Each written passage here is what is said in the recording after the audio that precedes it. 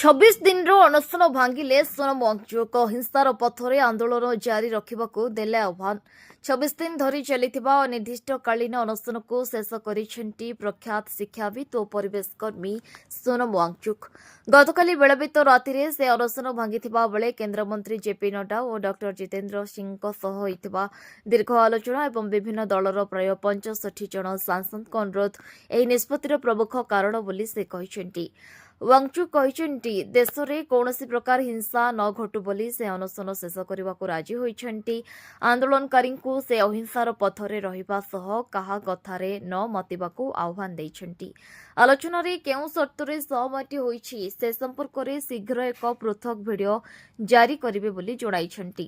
ଶାନ୍ତିପୂର୍ଣ୍ଣ ଛାତ୍ର ଆନ୍ଦୋଳନକାରୀଙ୍କ ବିରୋଧରେ ଦଣ୍ଡାତ୍ମକ କାର୍ଯ୍ୟାନୁଷ୍ଠାନ ନ ନେବା, ପ୍ରଭାବିତ ପରିବାରଙ୍କୁ କ୍ଷତିପୂରଣ ବିଚାର କରିବା ଏବଂ ପରୀକ୍ଷା ବ୍ୟବସ୍ଥାର ସଂସ୍କାର ନେଇ ସଂସଦରେ ଆଲୋଚନା କରିବା ଭଳି ବିଷୟରେ ଦୁଇ କେନ୍ଦ୍ରମନ୍ତ୍ରୀ ସୋନମ ୱାଙ୍ଗଚୁକ୍ଙ୍କୁ ଆଶ୍ୱାସନା ଦେଇଥିଲେ। ତେବେ କକରୋଜ ଜନତା ପାର୍ଟି ସୋନମ ୱାଙ୍ଗଚୁକ୍ଙ୍କ ଅନଶନ ଶେଷକୁ ସ୍ୱାଗତ କରିଥିଲେ ମଧ୍ୟ ଦାବି ପୂରଣ ନ ହେବା ପର୍ଯ୍ୟନ୍ତ ଆନ୍ଦୋଳନ ଜାରି ରହିବ ବୋଲି ସ୍ପଷ୍ଟ କରିଛି।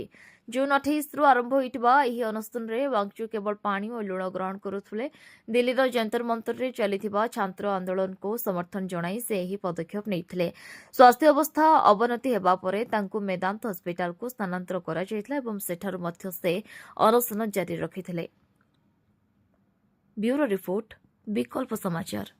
ଆମ ଚ୍ୟାନେଲକୁ ଲାଇକ୍, ସେୟାର ଏବଂ ସବସ୍କ୍ରାଇब କରନ୍ତୁ।